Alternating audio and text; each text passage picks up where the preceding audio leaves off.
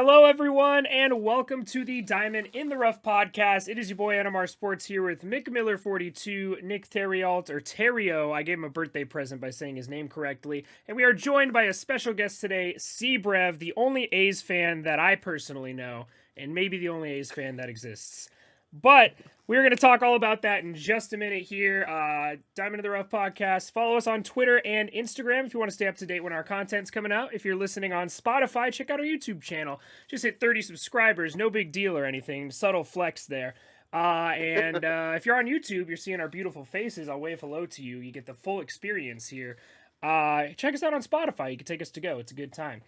Now, like I said, we are joined by special guest CBrev. CBrev, I know you got a short but sweet name. Where can we find you on social media?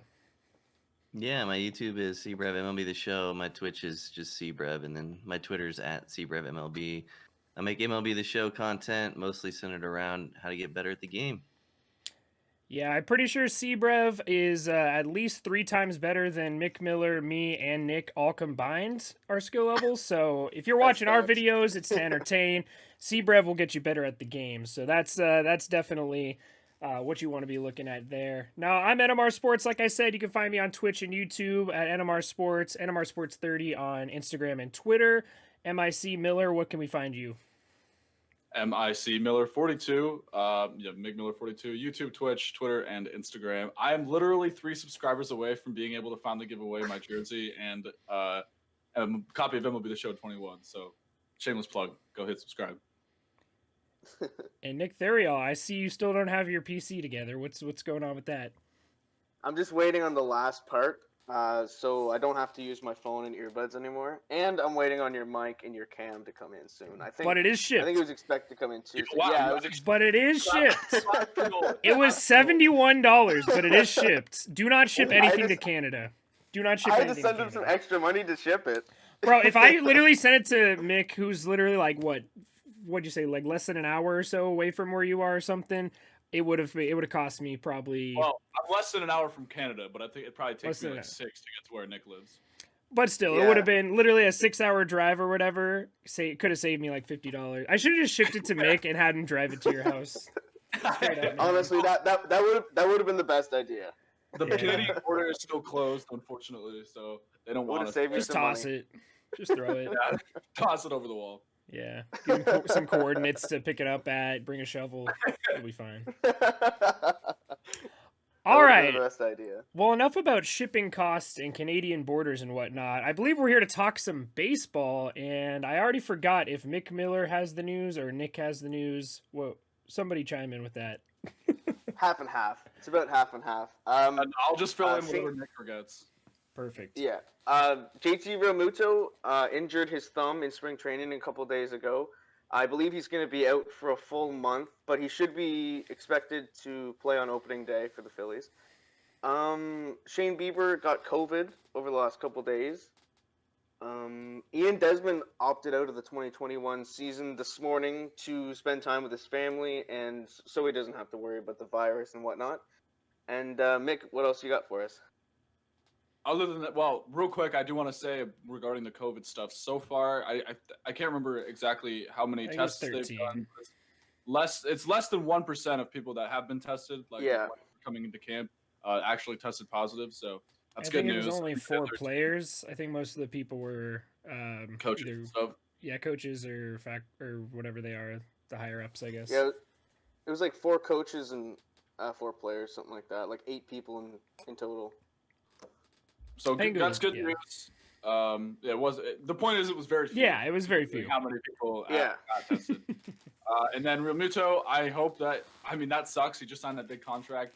No matter what, with or without Realmuto, the Phillies are a 4th place team max. So, I mean, you want him to play. Obviously, he's the best catcher in baseball. So, hopefully for Phillies fans, he can play. And then, the Shane Bieber thing, he has COVID. And Ian Desmond, it's kind of good news for the Rockies because they owed him a shit ton of money because they gave him that really big $30 million. Yeah. So it's great news for the Rockies because he's no longer on the Rockies and he's not coming back.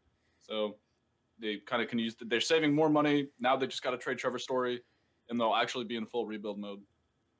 And then the last news that kind of segues into the A's, like we talked about, CBrev being an A's fan. is that Sean Murphy has a collapsed lung. I don't know if you have any more on that, CBrev, because I don't know much about it. No, that's all I've heard. It sucks though because he's on the come up for sure.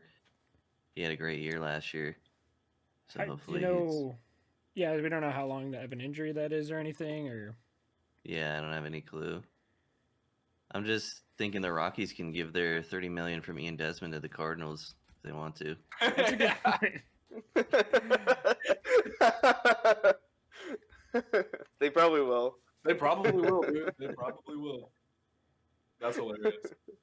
I'm looking at the A's MLB page just to see if they have anything on the Murphy. Yeah, stuff, I just see to that. Have a timeline. Yeah, I'm looking at it too. I don't really see much about that. It says it's kind of a freak thing. Blah, blah, blah. Resuming baseball activities around March 1st and then playing Cactus League by mid-March. So he'll be back for the start of the season. Yeah, he should be back. Okay, that's good. I honestly don't even know what the hell a collapsed lung entails particularly. I mean, I guess the name says it, but still. That sounds a lot more severe than it is, I guess. Doesn't that just sound like that sounds like something very severe, but it's really not, I guess. So. I mean, it probably sucks. I can't say I've had it, but it probably sucks. Yeah, I can assume. Oh yeah, definitely. That's just crazy though. Like obviously JT Realmuto is probably the best catcher in baseball, and then Sean Murphy could potentially be one of the best catchers in baseball. And both of them, out of like all these hundreds of catchers that are reporting right now, are just the two that happen to. I'm sure there's been other smaller injuries, but the two stars happen to get hurt. At least nobody's gotten a season-altering injury yet. So. Yeah, at least it all happened before it started. Judge and Stanton haven't played any games yet, though, so don't. Yeah, exactly. I wouldn't be surprised if they got injured walking down the sidewalk or something like that. No, your Yankees Twitter is brutal. Like, Aaron Hicks posted something on his Instagram story about spring training, and everyone in the comments was like, "I hope he didn't get injured while posting this." It's like, damn, dude, leave the guy alone. That's no faith, man. Some people have no faith. Internet. Yeah, right. That's crazy. But that kind of transitions as well. Yeah. Oh no, go ahead. I figured you're going to the same thing I was going to. There's definitely been some beef going around on Twitter and also with press conferences. We all heard about the Noah Syndergaard and Trevor Bauer beef.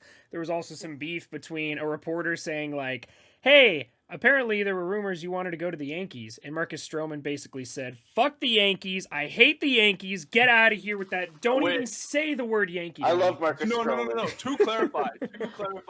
The question did not talk about the Yankees at all. He unprompted brought up about how the rumors that he wanted to go to the Yankees were false, and that he's got more Mets fans in his family than Yankee fans, and that he hates. No, he didn't say he hates the Yankees, but basically it was like, shut the fuck up about the Yankees already. And we were all like, no one mentioned the Yankees. You brought them up. Like, there's no reason to get mad about it. That's what the Yankees do to people, man. You say the name, and everyone just gets defensive. Or you don't. Well, I saw another thing. Oh, some more news. Taijuan Walker signed a 2-year deal with the Mets. And I saw a meme about it. It was like, I wonder if Marcus Stroman's going to say that Taijuan Walker wanted to go to the Yankees and that those rumors were false. Like, I would not be surprised. Yeah. No, that was pretty funny. I love seeing all the memes of the Marcus Stroman one. The Noah Syndergaard and Trevor Bauer, I kind of got lost in that whole thing. I just saw it because it was like literally every time I refreshed Twitter, it'd be like this, then a meme about it, then one of their posts, then one of this post, and then Trevor Bauer sending screenshots of his comment section and all this stuff. And then there's this one account that keeps asking him if he thinks his wife will ever come back, and Noah Syndergaard keeps saying no. Did you see that one? That was so funny, dude. He's like, that was hilarious. I think he's an actual reporter for the Mets. And, is he really? Yeah. No, I thought it was like a burner account. It might be. I thought it was. It's not verified, so it could very well be a burner account. No, but I don't know if you know any more about it than I do. I honestly don't know the full story on it. I just saw him beefing it. Or no, I think Syndergaard posted a meme, right? Because he was laughing and he was like, and then he said, "Yeah, I'm not going to your team, but I'll donate to your charities or something." Mm-hmm. And then Bauer got all defensive about that, and he was like, "Oh, you're getting mad at me for donating to charities." And then Then it was And just then all and then hell he breaking I loose. don't know where Bauer found the screenshots of Noah Syndergaard's Twitter, but it was like Syndergaard shitting on some fans. About like I don't remember exactly what they were about, but then Bauer was like, "You got to be nice to the fans, dude. They like drive our sport." And Syndergaard basically told him to shut the fuck up. So And he kept saying, keep digging for more stuff. yeah, exactly. Yeah. That was hilarious. That's Well, hey, I guess Twitter beef could help grow the game. I'm cool with that. I'm game for it. Yeah. I don't know. It was definitely an interesting day of Twitter that day. I don't Yeah, know. same day. Domingo Herman. I mean, just so much. Oh, I think it was the same day or the night before. Zach Britton in the press conference basically said, "You don't get to choose who your teammates are. Sometimes I don't like what Domingo Herman did. If you don't know, Domingo Herman got suspended last season because of a domestic violence issue, and so the Yankees haven't even announced yet whether or not they're going to let him back on the team. I'm assuming they will." But he like deleted a bunch of stuff on Instagram and Twitter and basically said goodbye, and everyone thought he was implying that he was retiring. Then he was actually just talking about like an ex-girlfriend or something like that, and he was like, "I'm super pumped for spring training."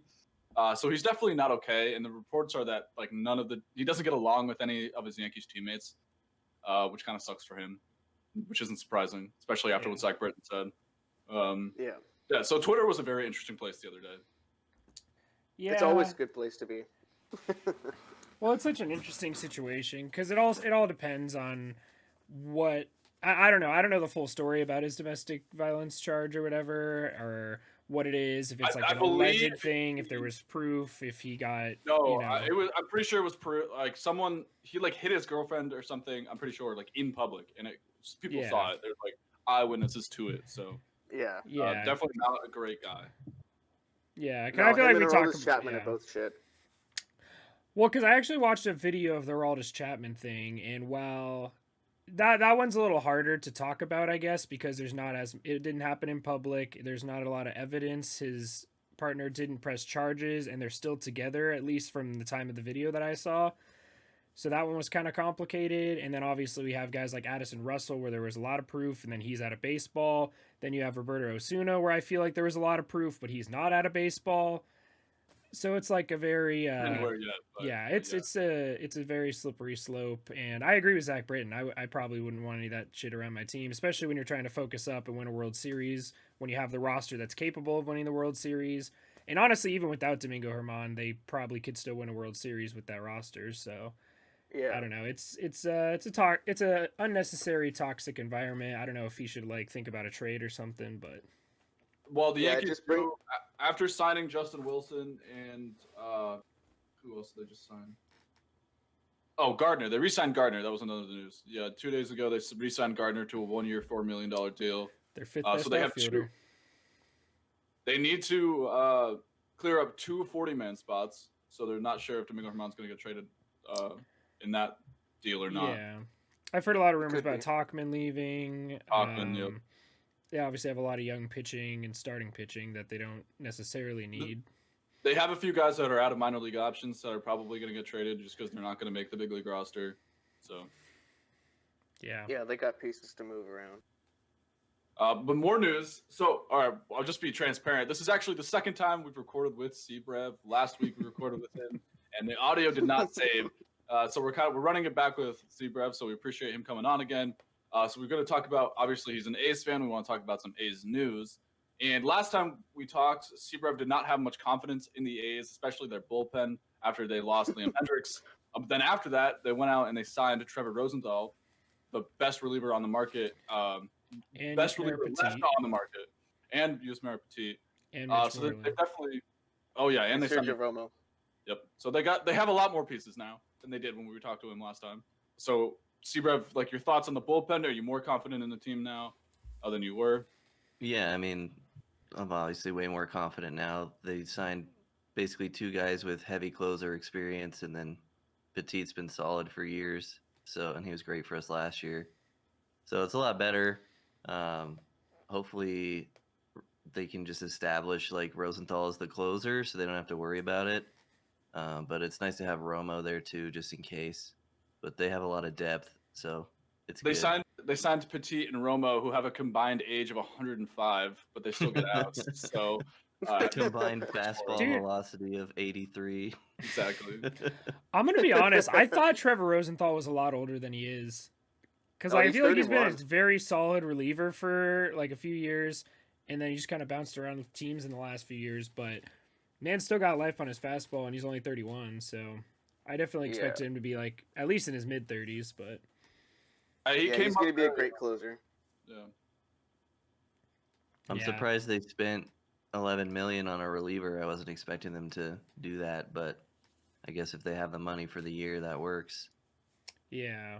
Yeah, Well, I they're heard something about it being backloaded, or I think it was backloaded, right? So I think he's getting like 4 million this year technically, and then 11 million. I don't really know. I know it was like a 1-year deal with incentives or something. There was something. Yeah, I weird saw the about same it. thing. I don't know. Yeah. Something weird about the structure of it, I guess, is what I'm trying to say. And then I assume you signed Yeah. Mitch Moreland to kind of fill the Chris Davis role, be your DH, I guess. Yeah, and Yeah. I'm a really big fan of that signing because now we have another lefty in the lineup. Before it was just Yeah. Olsen.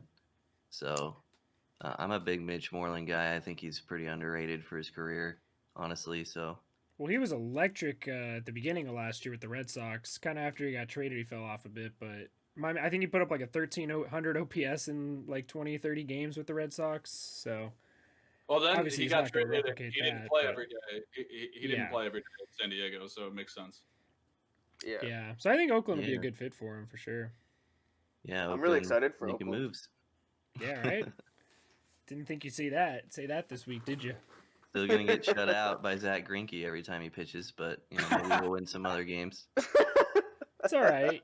You got free batting practice every once in a while with the Angels, so you'll get back on the Yeah. And the bump there. Rangers. And the Rangers. And the Rangers. I don't know, man. Don't be sleeping on Dane Except- Dunning. I don't know. Except I when feel you're like we're facing gonna get Jose diced. Leclerc. We're gonna get diced by Alex Cobb. I have a feeling. Oof. I'm just kidding. Alex Cobb, man. I don't know if that's Free win. possible. He looks kind of like Alex Cobb looks like Garrett Cole. That's all I'm gonna say, man. I think they might He's have the just next do, Garrett just do a Cole. little switch, man. Just switch them. Who's gonna notice? They're literally twins, bro. When the top velocity is only 86 when Cobb pitches, so That's a fair point. But we'll see. We also have Shohei Ohtani, who's going to be at full strength next year. And Joe Madden basically just came out and said, I'm just going to let him play. Whatever he wants to do. If he's ready to pitch, I'll throw him out there. If he wants to be a reliever, if he's not feeling the pitching, we'll focus on hitting, maybe put him in the outfield. So I'm very I'd love to see Shohei as a very closer. excited. Oh, me too, man. I'd like to see him as a closer. That'd be crazy. Yeah, he's back up to full strength. He came out and said last year that he just wasn't ready to go back out and pitch, which obviously I think we all saw firsthand when he had. Yeah. I think he got 1 2/3 innings pitched, 7 runs given up, and he had 3 strikeouts to 7 or 8 walks, I think, in those 1 Yeah. 2/3. So those are the numbers you want. What do you mean? And that was Yeah. 2 starts, wasn't it? I think yeah, it was only 2 2 starts. Yeah, in both Yeah. starts, I think he walked the first 3 batters on 12 pitches to start the game.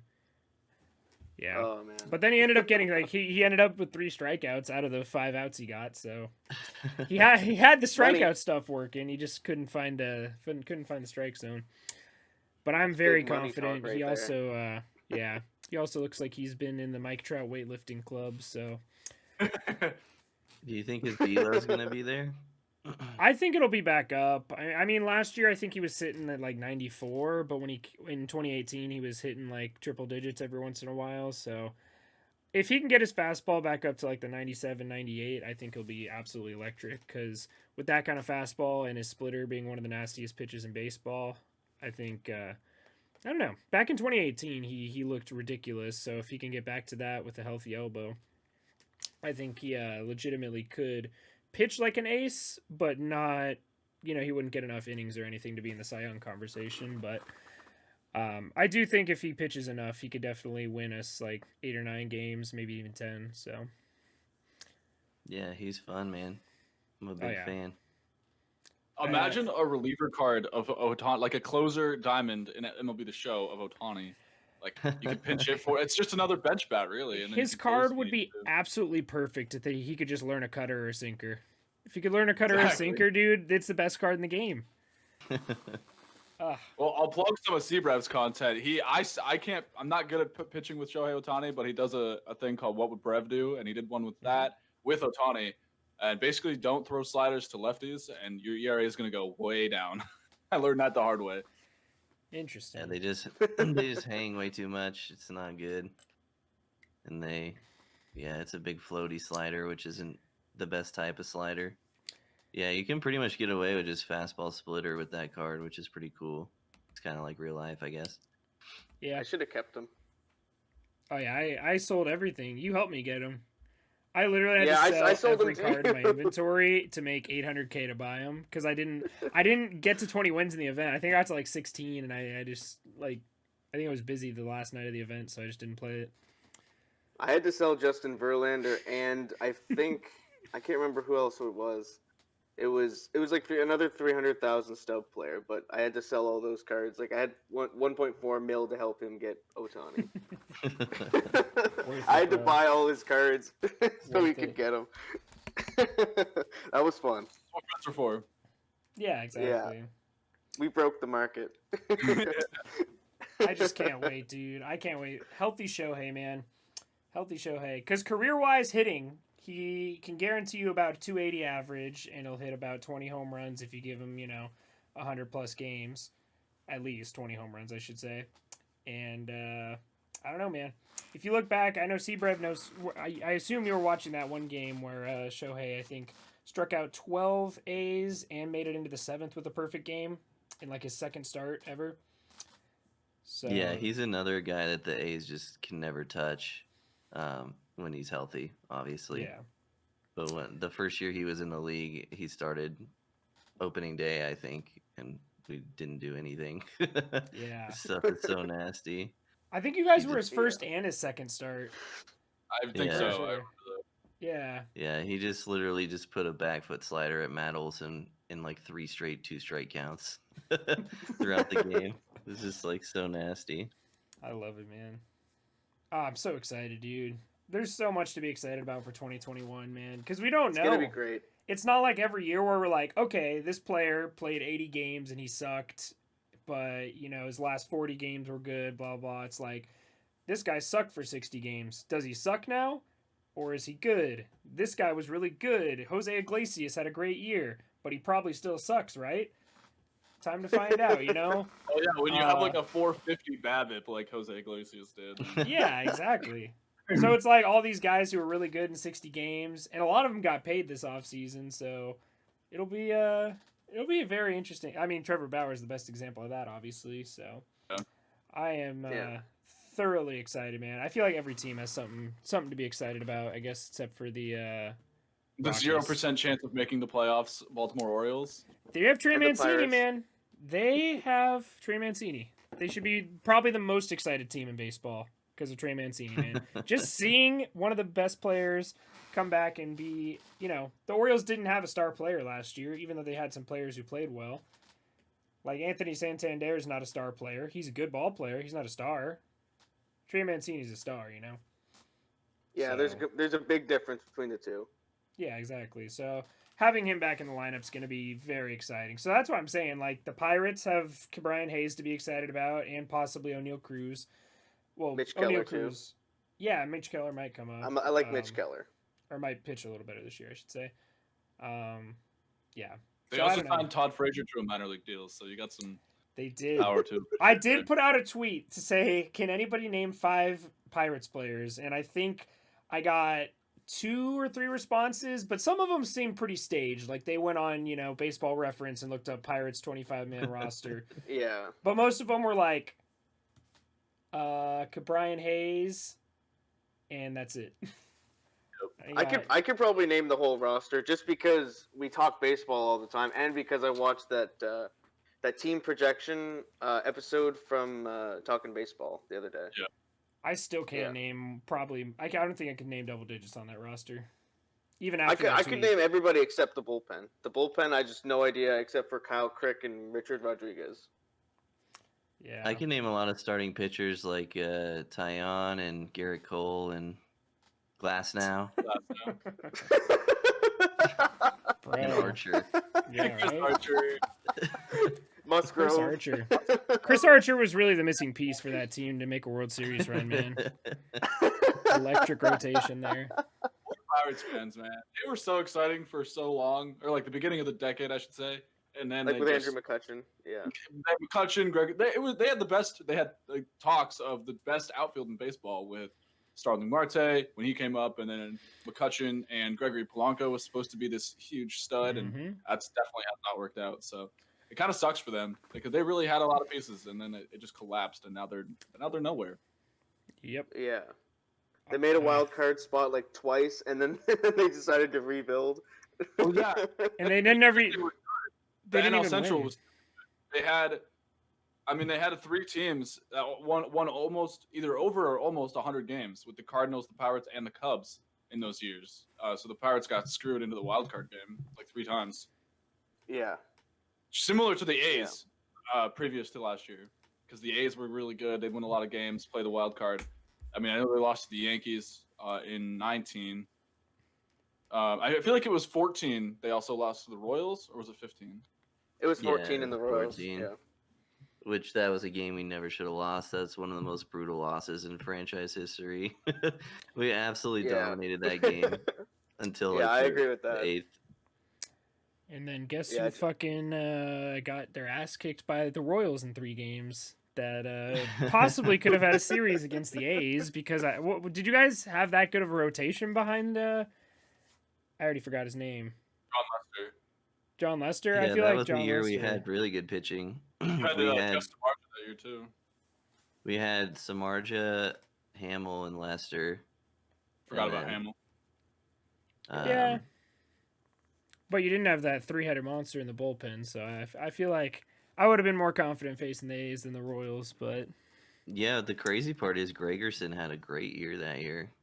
The only real reason he blew the lead in the wild card game is because he doesn't know how to pick anybody off. Same with Lester. Like, they literally just stole our life away. Notoriously bad at that. Yeah. I don't know how a lefty can be that bad at picking people off. You should be like you're literally just staring. It's literally just playing catch with the first baseman. John Lester's such a weird guy. I've never seen someone look uglier at the plate and be worse at picking people off, but still be one of the best pitchers in baseball. And then he goes out and hits a home run, and I think he picks somebody off at some point. It's a weird concept. He's got more MLB home runs than Brev, so I can't say it's too bad. I'm gonna go start training to make a major league roster. I live near the Rays, man. They'll give me a shot. True. They'll turn me into a Cy Young winner. I mean, if you have a weird arm slot, like throw behind you or something, like they'll definitely give you a shot. They could definitely groom you and like make you into a superstar if you wanted to. Just because that's how they do it with everybody. Yeah, they take like everybody into like somebody. Exactly, man. But speaking of pitchers hitting a little bit, I saw a video of Padres pitchers bunting, and it was like, this is what you wanted. You really wanted to see this. That pissed me off. Yeah. Did you see Blake Snell?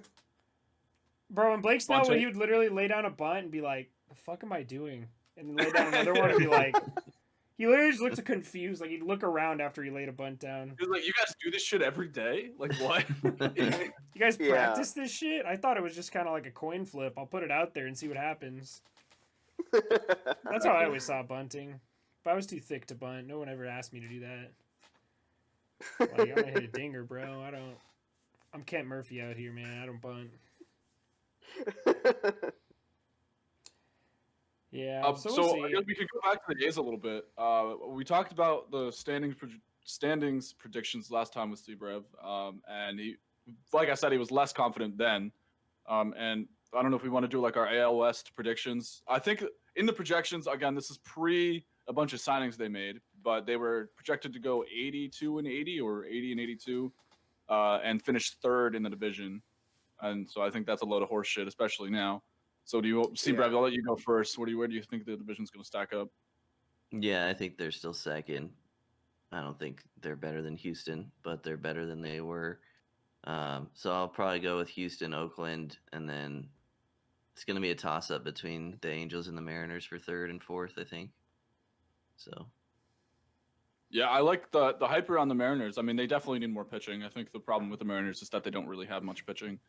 Similar to the Angels, but the Angels have two of the best players in baseball. So Yeah, I the don't know. Mariners, Yeah. I like what they're doing though. They're kind of like playing with house money. Like everybody knows they're rebuilding, but they might like sneak in a third place finish this year or whatever. But they're obviously their plans are past this year, so it'll be interesting to watch them this season. Yeah, I agree with that. It's just absolutely insane to me that the Angels can have two players in the top 10 of baseball and not be a contend, like not even have a good chance to make the playoffs, let alone win a World Series. Like the only other team that's close to that is obviously the Dodgers, who are literally the best team in baseball. And I think is Acuna in the top. Yeah, so the Acuna's in the top Braves, 10. so the Braves and the Dodgers both have two in the top 10, and literally both of them are World Series contenders, and the Angels literally can't even make a playoff spot. It's just very frustrating that they couldn't go out. Even if they went out and made the same moves that the A's just made, they're probably the favorites to win the division now. Just get a good bullpen, maybe sign one or two starters, and you're fine. It was such an easy equation to be a contending team this offseason, and they just didn't do it. If they would have got Paxton, I would have been a little bit more higher on the Angels. Like if they would have got Paxton and Rosenthal, even Romo, that would have been a lot better.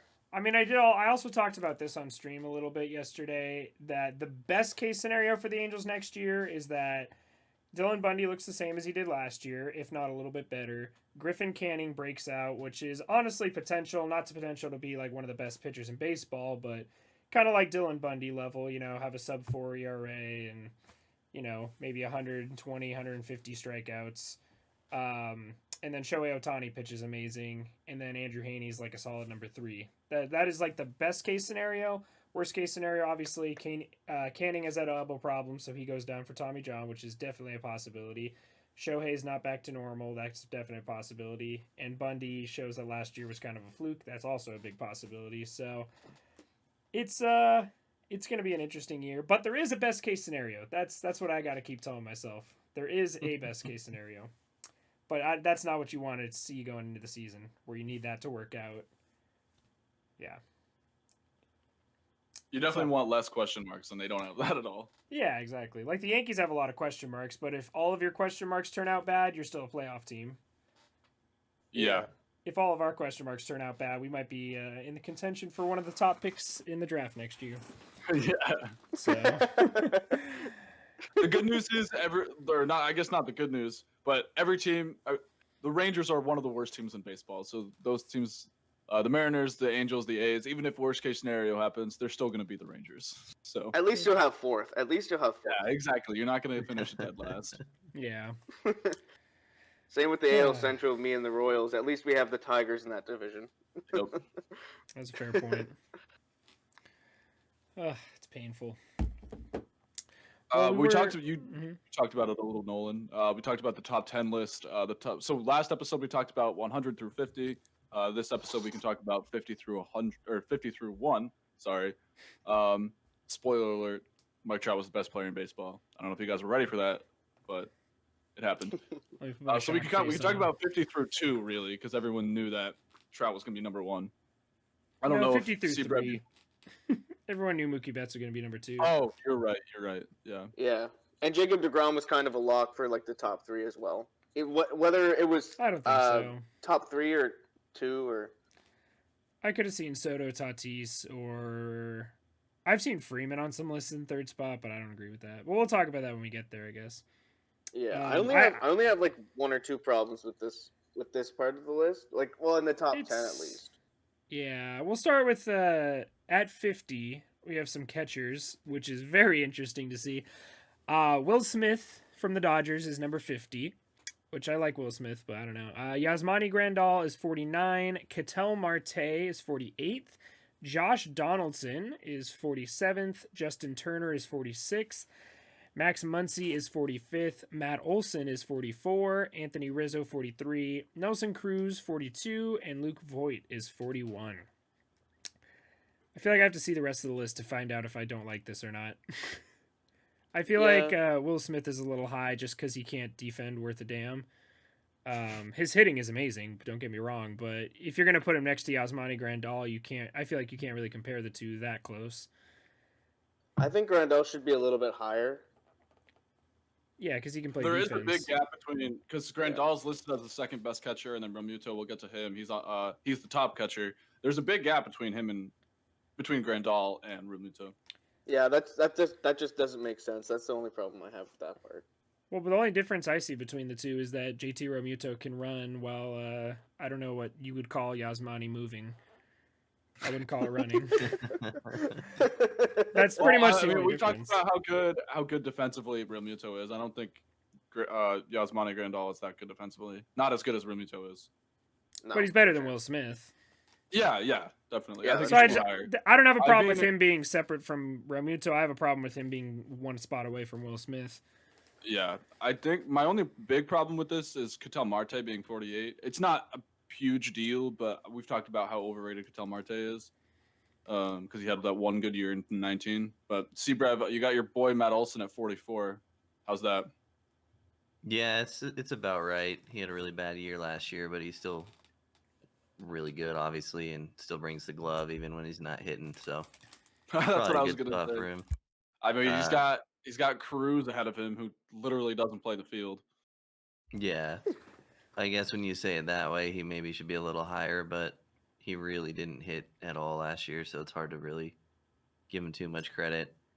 I feel like Donaldson's a little high. What do you guys think? I think the same I thing. think so too. Yeah. I don't know. He He had that last one good year in I think it was 2019. He Oh broke no, out not after one. having a Definitely really bad not year. one. No, good you're year. talking He about. had Are you talking about Donaldson? He had a lot of Donaldson's good Yeah, years. no. I'm talking about the last like 3 years. I'm talking about the last 3 years, not career in general. I was gonna Yeah. say. No, I know about his MVP years in Toronto. Bro, you're saying Josh Donaldson's good? He's only batted over 300 once. How could he be good? Oh my god, dude.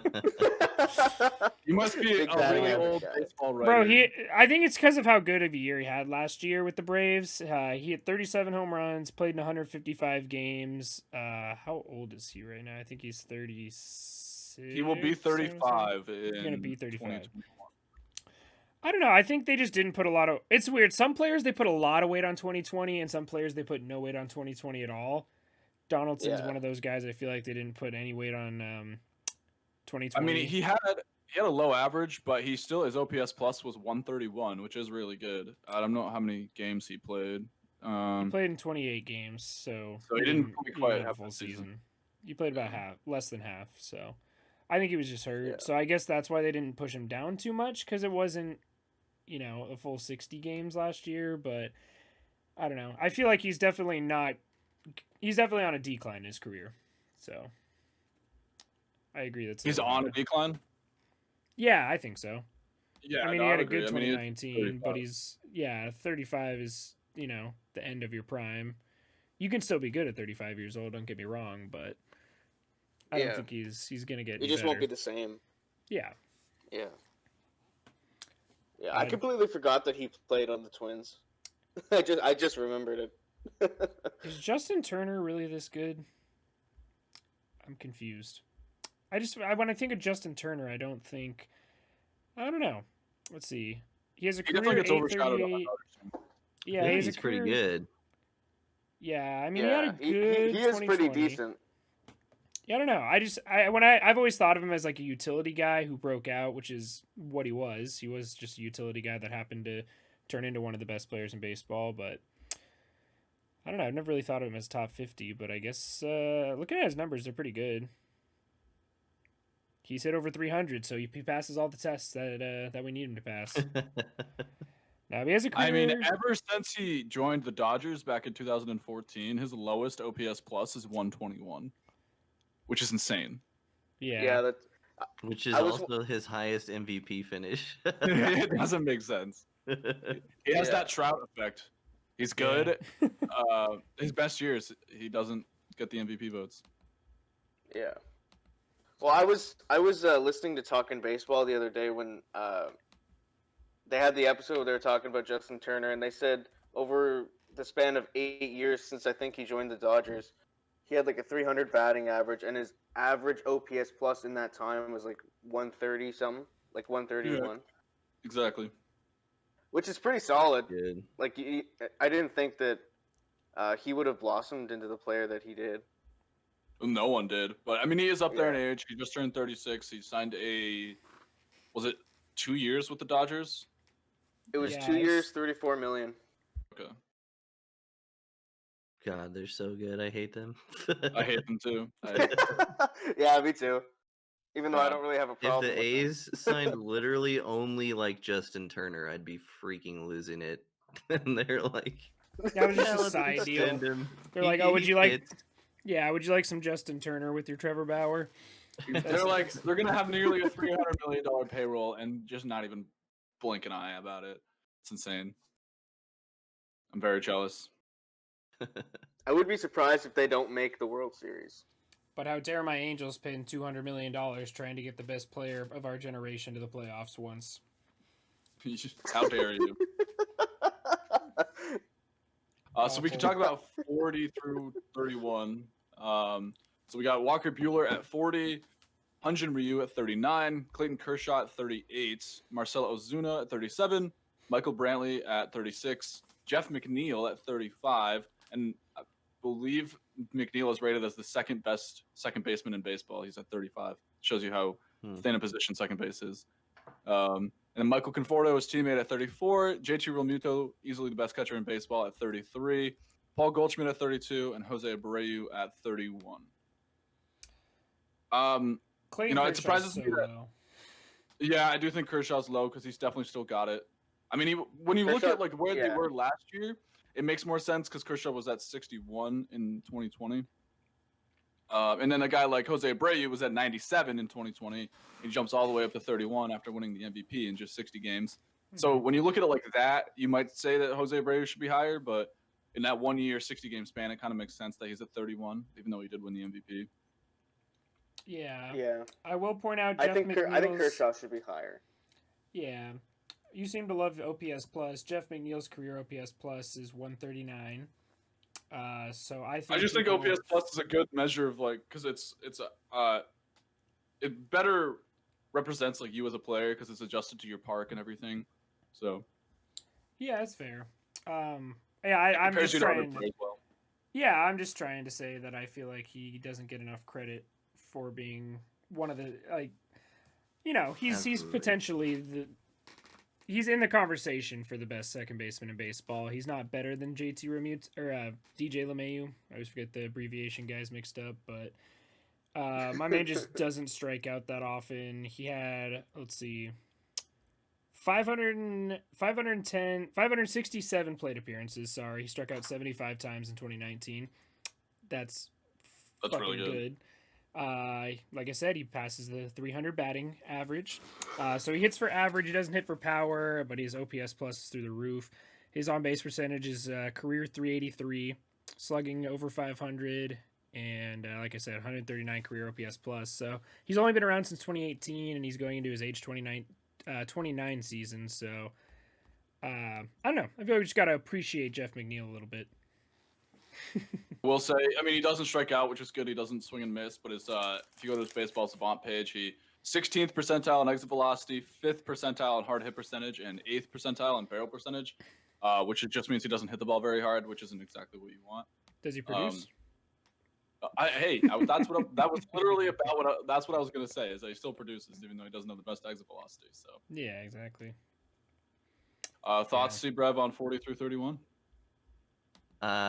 I think it's solid, honestly. My initial reaction was surprising that Goldschmidt was this low, but I guess it makes sense after I looked into it more. And then I just think Realmuto should be higher in general because he brings so much value because of the position he plays. I don't really feel like they took that into a factor. I completely agree. The difference between Realmuto and everybody else should by itself make him higher on the list. So other than that, it looks solid though. 40 through 31. I don't really have any beef about any of it.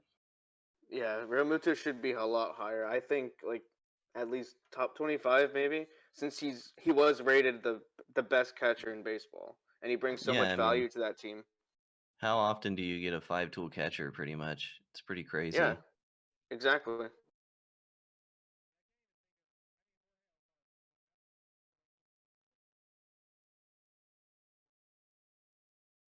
Jeff Mathis. Mathis.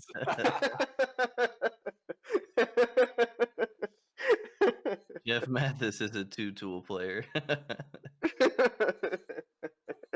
and they're not what you think.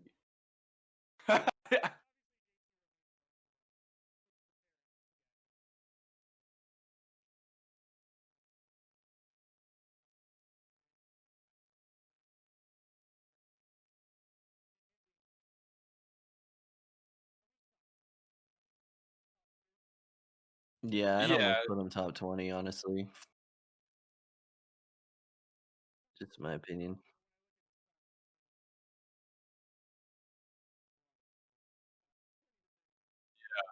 Yeah. Yeah, there are. Yeah, go ahead.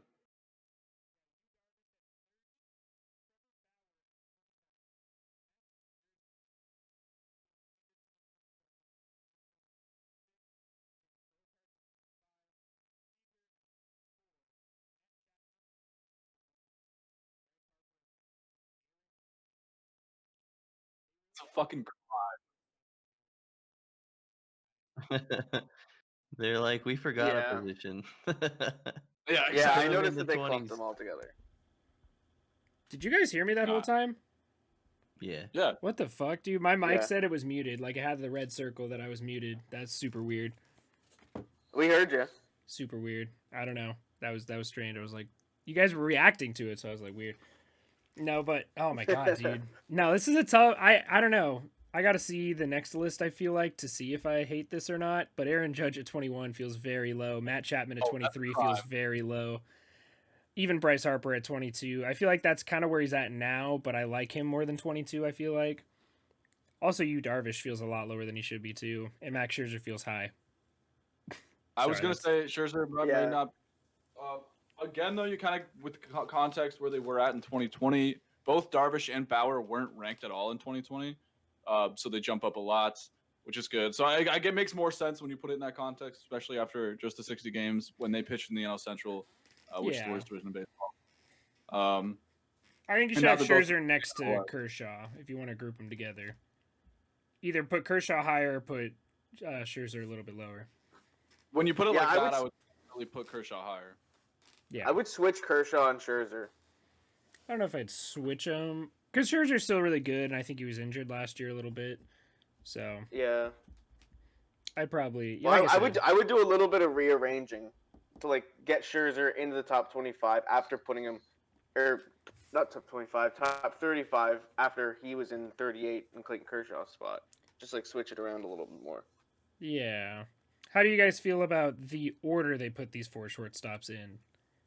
Do you feel like they just made it a tie, or do you think like would you move those around a little bit? Because I'm not that high on Xander Bogaerts. I know he's a I great think they offense. should. Uh-huh. I think they should move it around a little bit instead of just clumping them all together. I mean, I agree they're on similar skill levels, I guess, but like, Tim Anderson hits for average, Trey Turner's a speed guy, Xander Bogaerts, I feel like, is just an offensive master, and then Corey Seager, I feel like, is the most well-rounded of the group. Yeah. I think Corey Seager is in 2022 when we look at this list, Seager is gonna be way higher. Yeah, I agree. If he has a full healthy season in 2021. Yeah, I agree with that. He's gonna make the Dodgers payroll $400 million next year. Yeah. It's just tough. I mean, I'm obviously Xander is insane offensively, but I just don't know how you have a top 25 player that plays shortstop really poorly. You know what I mean? Like, I think his offense definitely does make up for it, though. Yeah. Yeah. It's just, he's a big power guy. His offense is insane. It's just crazy. Like when you get to these top 25, it's so hard to rank players. I feel like. Yeah, like, is Xander really top 25? If he was a DH, he'd be top 25. But yeah, I agree. Defense plays I mean, Matt Chapman being at 23 shows that they really don't care that much about defense. Because if they care about defense, Matt Chapman's very close to the top 10. because he's just You ridiculous could say the same defensively. thing about Aaron Judge. I mean, they both weren't healthy for all of 2020. But I mean, Aaron Judge is another guy who plays elite defense and is elite offensively. Healthy Aaron Judge is top 5, probably top 3. Yeah. Yeah, That's why I yeah. can't believe 21. That's where they put him. Matt Chapman should definitely be a lot higher. I'd say like top 15 Yeah. if they did value defense. But he also got hurt last year, didn't he? Yeah.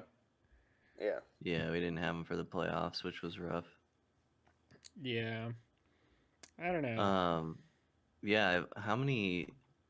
I'm gonna count them up real quick. There's 4 third basemen ahead of Chapman. Yeah, it's 5 interesting. if you count Jose Ramirez. So Manny Machado, Bregman. I mean, they also Arenado, give yeah. out.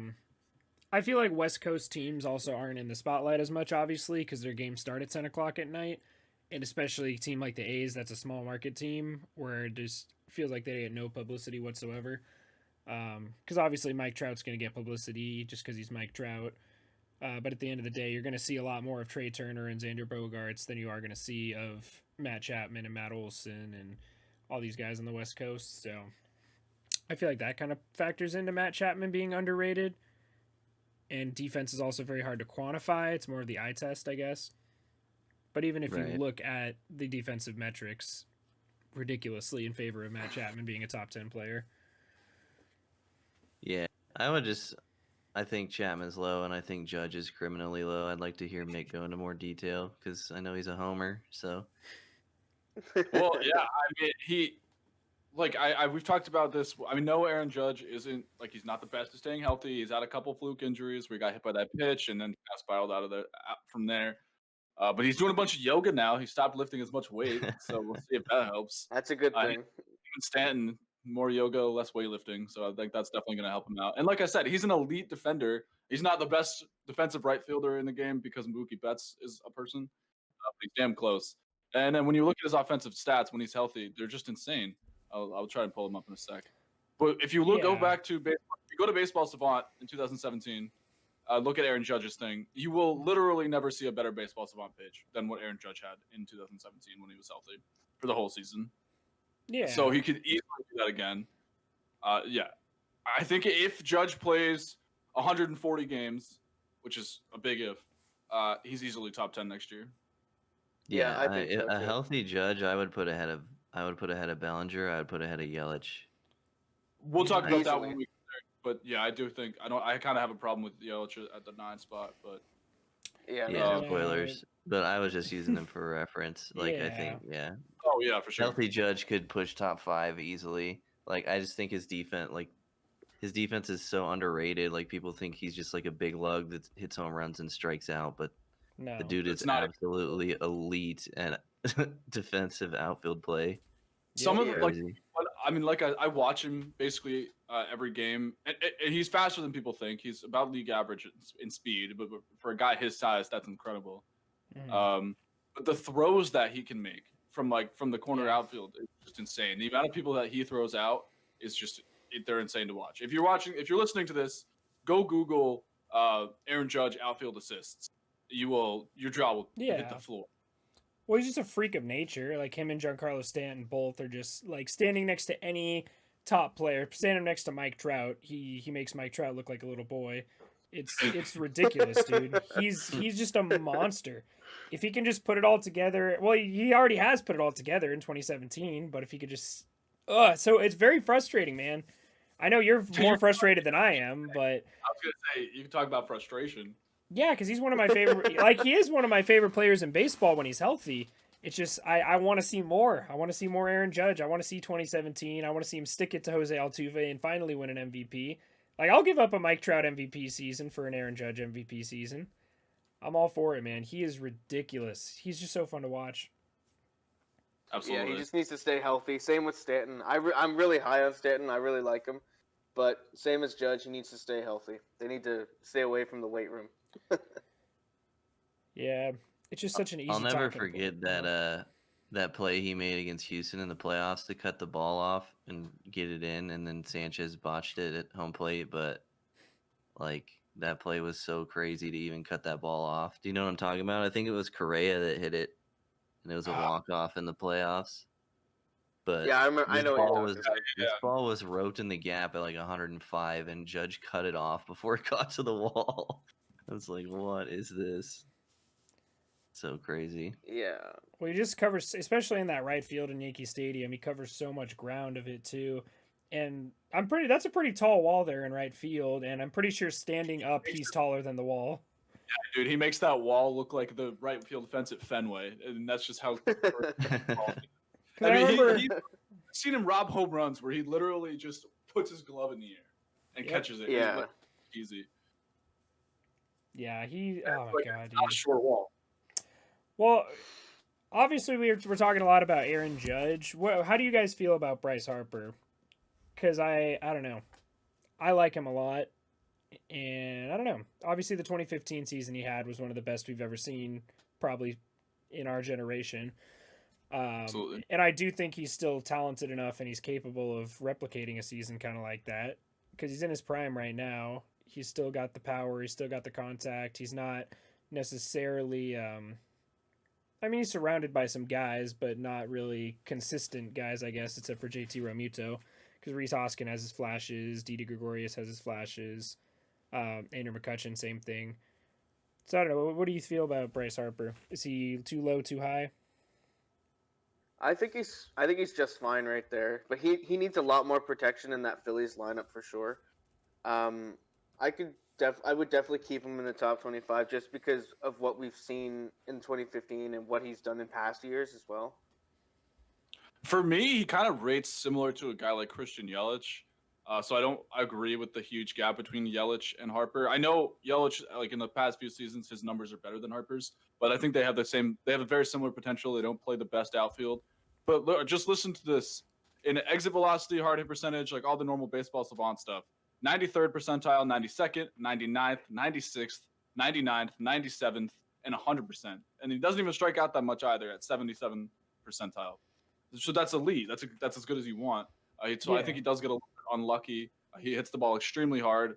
So for me, him and Yelich should kind of be right next to each other. Whether Yelich moves down, Harper moves up, they kind of meet in the middle there. I'd be fine with that. Yeah. I think Harper's probably a little low. Go ahead. Yeah, I'd say close to Yelich, I guess, but I think he's better defensively than Yelich, so I'd probably put him I don't know. If you're going to put Yelich in the top 10, I think Harper should be considered for it too, but obviously there's so many good players, you can't put them all in the top 10. He's not as good as Aaron Judge, I agree, but in that top 10 conversation, kind of like on Yelich, like you said. Yeah, Yelich is the only guy I think he compares to when you look at the top 20. That's why I brought him up, because when you look at the top 20, it's like who is Bryce Harper better than? Because all of these guys are elite. So that's why I brought up Yelich. What's his BABIP? I'm curious. So that was about to look at. Hold on. Yeah, I can't. I'm really bad at finding stats. Fangraphs is the place to go if you want to find BABIP. 2020 BABIP 279. So that is kind of unlucky. Yeah, 20. Yeah, I'm trying to see. I don't think he's ever had a BABIP. Let's see. 2016 it was 264. 2018 it was 289. Yeah, that's tough. Yeah, 279. I mean, for reference, he had 369 BABIP in 2015 when he won the MVP. So if he could get lucky again like that, it's pretty. You could almost think we could see another 2015 Bryce Harper season if he gets a little bit more lucky. Yeah, with how hard he hits the ball, it's kind of crazy his BABIPs are that low, to be honest. He must get into the shift a lot. It's kind of similar to Gary Sanchez, where Sanchez leads the league in like hard hits and like how barrel percentage, but his BABIP sucks because the people just know exactly where to play the field. Yeah, it's so tough. Baseball's such a fucked up game, man. I feel like you go to like the NFL, the unluckiest you can get is throw a bomb and pass. That's great, and then your wide receiver misses it. That's about the unluckiest you can get. Baseball, you can hit 121 mile per hour ground out like Giancarlo Stanton does all the time. And I mean, we complain about in our game perfect outs, but we got to admit that's kind of a reality in baseball. So yeah, it's a fucked up game, man. It's just not fair. Hardest thing to do in sports is baseball, and then when you do it right and you get robbed, understand why people get mad. Play better. Exactly. better. Play better. I'm curious if anybody's good. ever gotten so unlucky they like got taken out of baseball from how unlucky they got. I'm sure it's happened to somebody. Like there's been a guy with, Oh yeah, definitely. in the 80s that was having 100-mile-per-hour exit velocities and, hitting 130 and then couldn't make a major league roster because of it. Yeah, tough, man. there definitely has been. Yeah. So Well, that's why the such an emphasis on launch angle these days, because if you do hit the ball hard, you want to get it up in the air so you don't have to worry about the shift. That's why we play in this three true outcome period of baseball where you either hit a home run, you strike out, or you walk. And it's because of the shift and because people are hitting the ball so hard, pitchers are throwing so hard. If you do get lucky enough to hit it and hit it well, you want it to go over the wall so you don't get unlucky. So, yeah. But if we want to move on to 20 through 11, we got Springer at the 20 spot, Jose Ramirez at 19. I think that's a little low. We got Manny Machado at 18, Alex Bregman at 17, Trevor Story at 16, definitely low. Francisco Lindor at 15, DJ LeMahieu at 14, Nolan Arenado at 13, Shane Bieber at 12, and Garrett Cole at 11. Okay. Trevor Story should be a lot higher than he is. Yeah, that stands out to me. Yeah, was Lindor rated the first? Was he rated the top shortstop? I can't remember. Tatis. Yeah. Oh, I forgot about Tatis. Yeah, he's second. Yeah, so he's ranked as the second best. Well, that doesn't make sense. Yeah, because if you look at their shortstop ratings, they just contradict themselves all over the place. I'm pretty sure they put Bogarts over Seager in their shortstop rankings or something like that. So. And wasn't Story first? Yep, Story was the best. He was ranked as the top shortstop. So he should be in the top 10 easily. Yeah. Yeah. Which doesn't make sense at all. Yeah. At the end of the day, when I look at this, Machado feels high to me. But he's high. He had a really good year, though. He did. I agree. And he's a great ball player, but there's a lot of good ball players out here. It's a very tough decision to make this top 20, top 10. George Springer is not better than Aaron Judge. And he's not better than Bryce Harper, in my opinion, either. So I'd probably have George Springer out of the top 20. Not that he's a bad ball player, just slightly out of the top 20. Shane Bieber's such a tough guy to pin down just because he had one of the greatest seasons of all time last year, but only 60 games. I'm not even going to pretend to be unbiased about it. He's too high. I know how good he was last year, but look at the offenses that he pitched against. They were all terrible. You can argue about whether or not that's because they had to face Shane Bieber and other pitchers, but none of those people in the division could hit at all. And I think he's definitely going to regress. And because him and Garrett Cole being next to each other, I just don't think it's good. Because Garrett Cole had a good year in 2020. Obviously, was amazing in 19, and he's been doing it for longer than Bieber has. And he pitches against good offenses. So I don't agree with Cole and Bieber being next to each other. Yeah, I agree with that because you actually sold me on that a long time ago when you mentioned the point that he faced only AL Central and NL Central teams in 2020. And yeah, he was elite in 2020, but he faced teams with not the best offenses. So I think he's definitely a little bit too high for me. I still think he's one of the better pitchers in the league, but I would just need to see more better performances against higher rated offenses. He's ranked the third best starting pitcher on this list. I mean, is he the third best starting pitcher in baseball? I don't think he's close. No, I think Bieber. I think I put him number 4 or 5 when we ranked the starting pitchers. Around there. So no, he's not a top 3. What's your take on the offenses he's facing, CBrev? Because I look at the Central and I say they have 2 very solid offenses, a decent one in the Royals and a really bad one in the Tigers. And then I mean, I know it's just one game too, but I think the Yankees series was very telling. Like, absolutely, when he pitched against the Yankees, they did not swing at his curveball in the dirt, and he didn't really have anything else to go to. and he was locating well. Like he was throwing perfect curveballs in 2 strike counts, and they just weren't swinging. So I think the higher level of competition, the harder it is to be successful with that type of like pitch style. It's almost like a Glass now pitch style, even though he's better than Glass now by a lot, obviously. Um, but yeah, I'm pretty low on Bieber too. I got to see him do it for a longer time than a 60-game season against average to weak competition. The only offense he played against that was above average in OPS was the White Sox, which makes sense. I know that a lot of Twins players had bad years last year, but they were still a little bit below average in or just league average in OPS. And when you're like going back to the Yankees thing, this is after a season they hadn't faced Shane Bieber at all in 2020, and so they hadn't faced Shane Bieber in over a year, and they still teed off of him, which is very telling to me because most of the time when you do face a pitcher for the first time, you don't do well. And the Yankees made him look easy, so Yeah. a little worried about that. In that game, I was expecting a true pitcher's duel, like going to the ninth, but yeah, there was just a really bad start from Bieber. Obviously because he hasn't faced that kind of competition the whole season, and the Yankees probably studied him before the game. That's what's concerning for me though too. Like I don't even think Bieber pitched bad or different than how he pitched all year. Like I said, when he was burying the curveballs, they were in perfect spots, and it just wasn't working. I don't know. It's kind of a red flag, in my opinion. I'm pretty high on Bieber just because he's still young. I think he's 25 or something. He's 25. only had 3 years in the majors, so he's not like I don't know. I think he's only going to get better.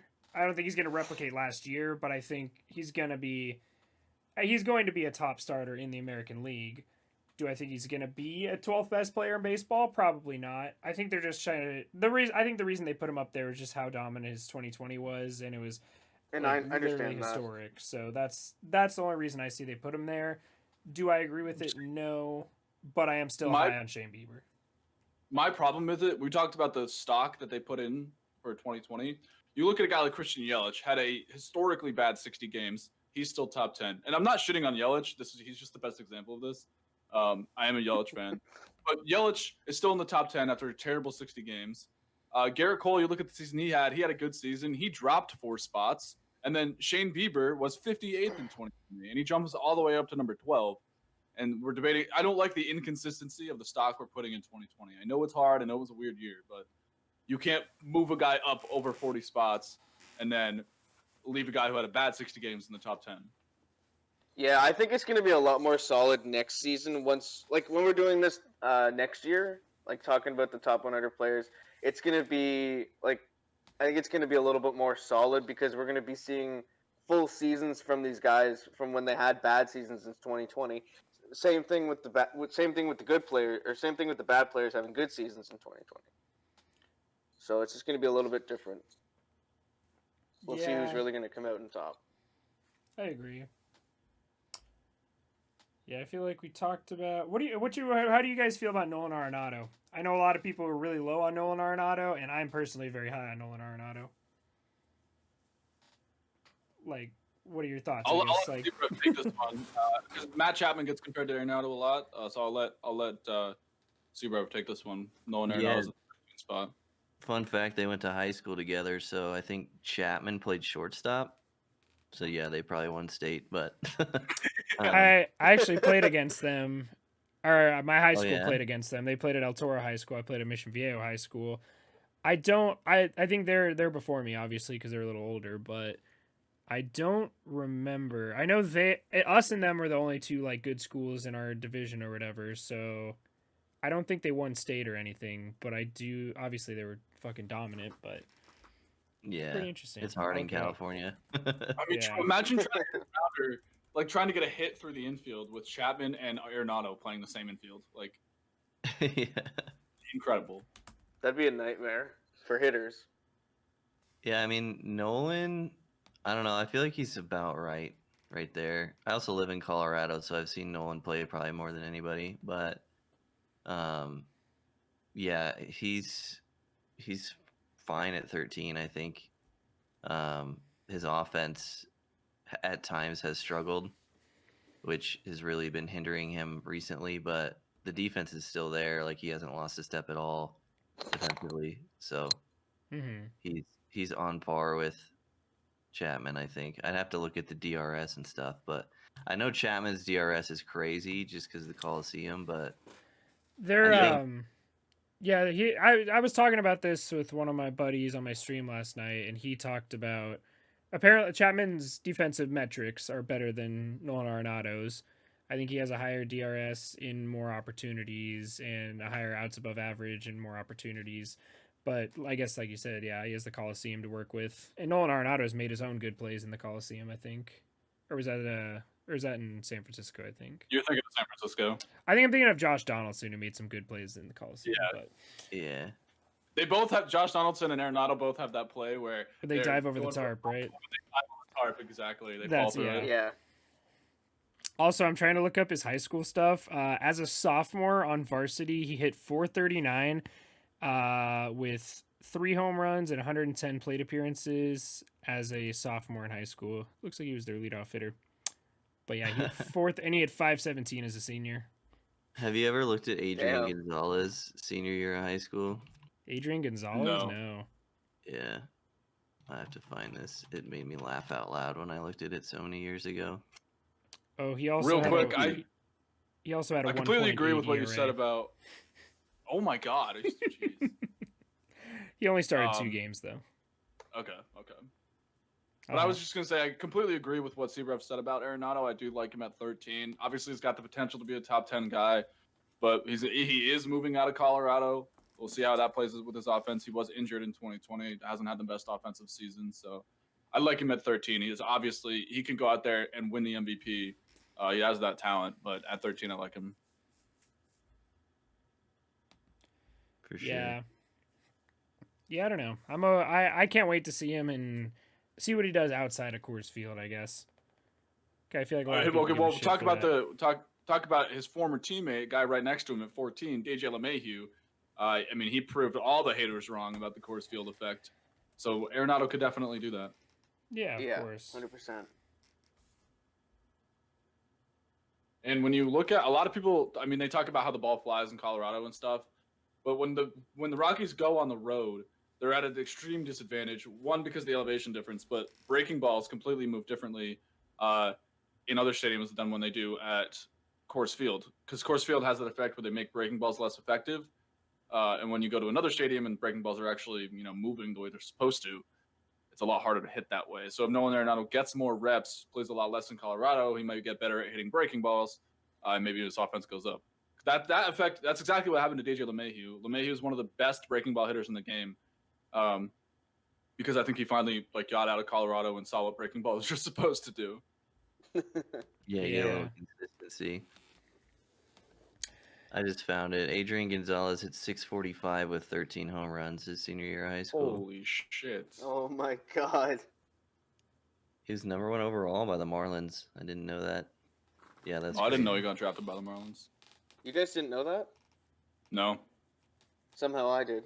I would have assumed Then- Padres, but No, I think he got traded to the Padres. I don't know if he ever played with the Marlins, but he got traded to the Padres, and then the Red Sox, and then the Dodgers. I feel like the Marlins and the Padres are just known for drafting players and trading them. So it honestly is kind Anthony of a Rizzo coin is another flip. one. Yeah, no, when I think of that, I think of Anthony Rizzo. Luis Castillo, I think, was drafted by the Marlins and traded by them Yep. twice. Yep. Miguel Cabrera was drafted by the Marlins and traded before. I mean, I guess he had some good years with the Marlins, don't get me wrong, but Yeah, he played 3 years with them. I think. traded before he won a And then he Triple went to the Crown. Yeah. I think Yeah. Trevor Hoffman got drafted by Florida too. And then traded Yeah, to the he did. Padres. That's hilarious. They're so good at drafting, they're Yeah. just bad at retaining. see, that's usually the hard part. They're the Yes. opposite, where they don't draft well, but they do draft well and then trade him for some reason. Yeah.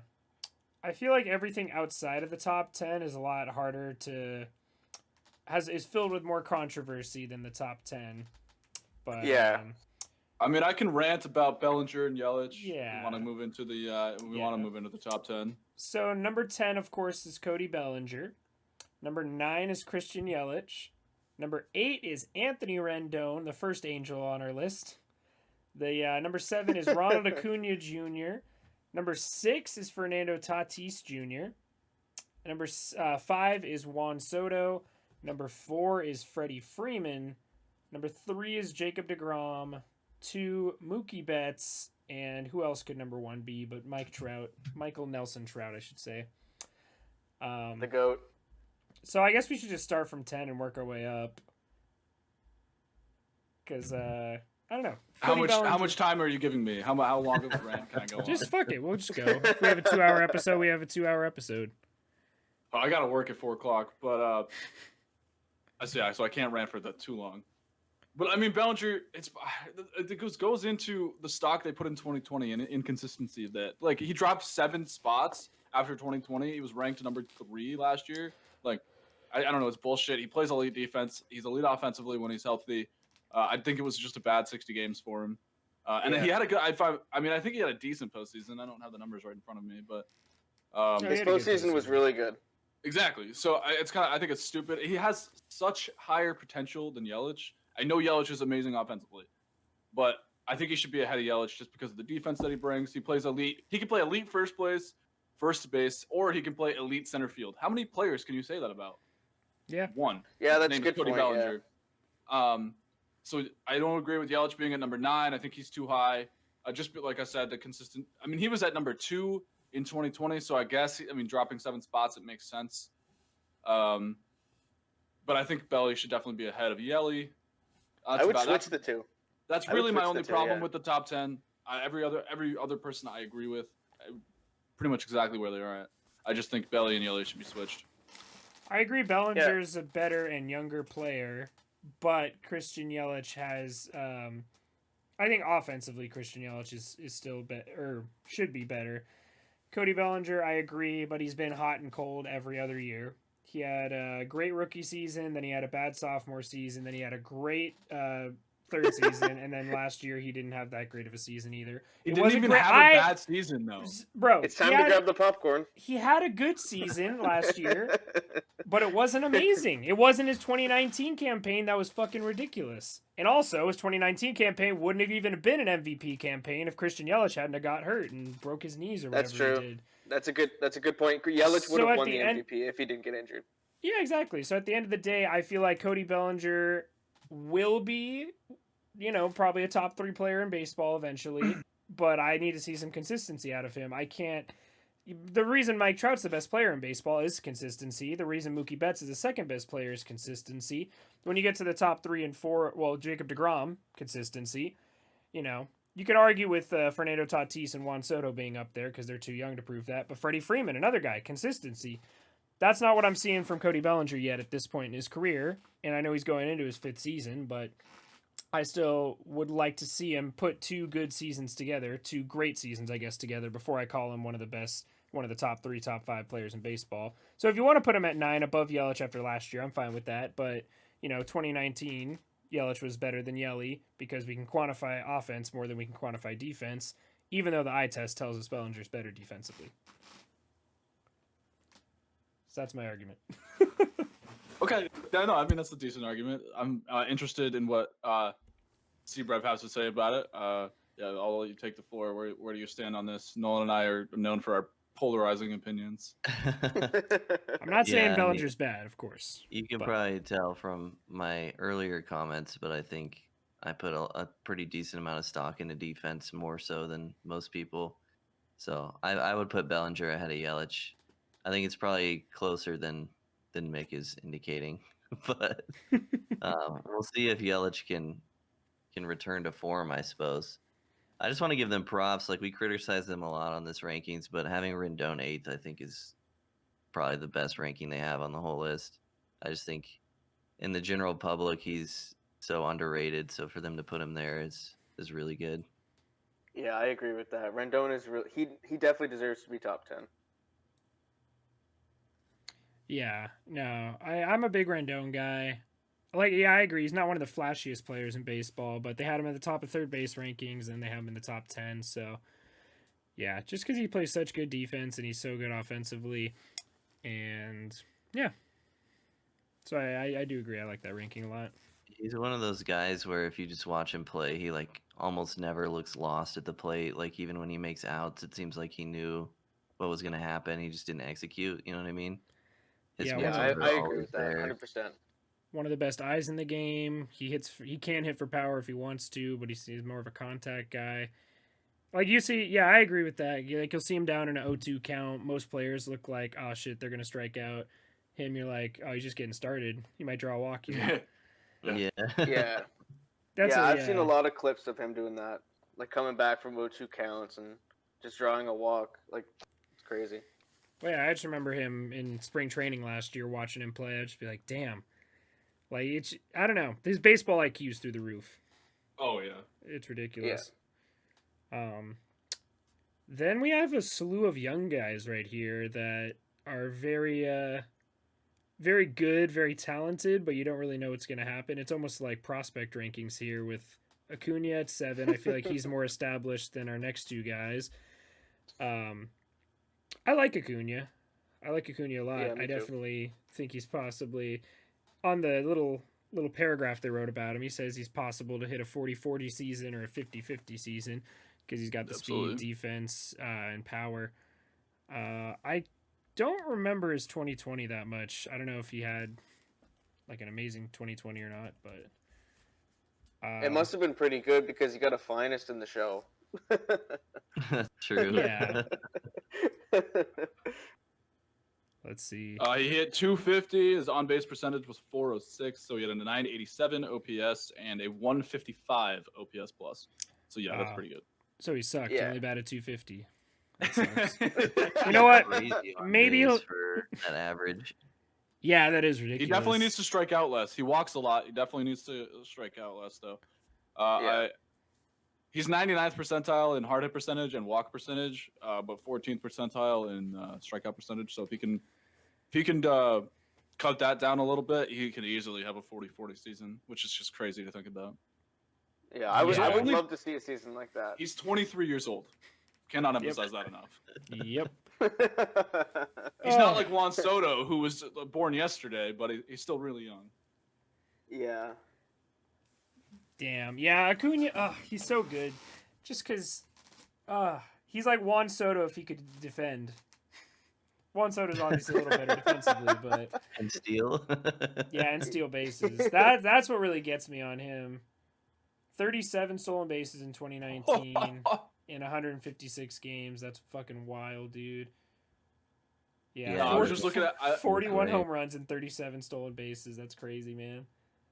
That's so crazy. I was just looking at Baseball Savant for Soto, and he's 100. So best in the league, 100 percentile in expected WOBA, expected slugging, and walk percentage, and then That 90th doesn't surprise me. percentile and everything else. 99th percentile in barrel percentage, 99th percentile on expected batting average.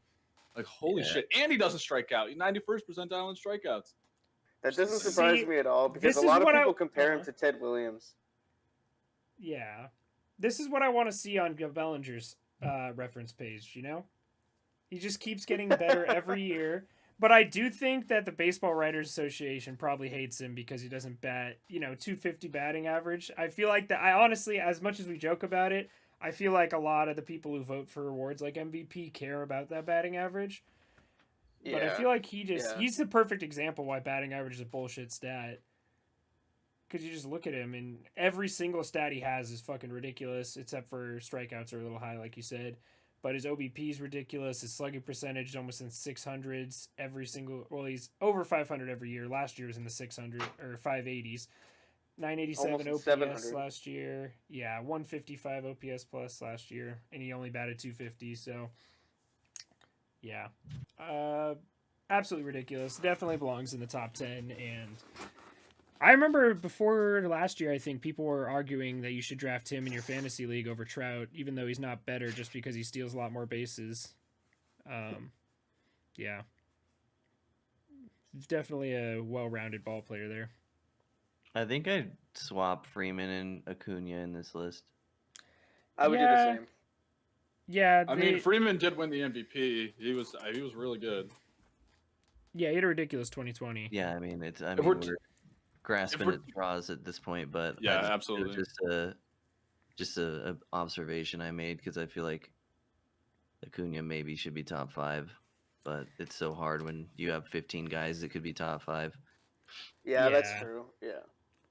And then you have Aaron Judge, who's not even top 20, but he should be. He could be top 5. Yeah, it's Yeah. real. Like, give MLB some credit. It's very hard to put one of these lists together.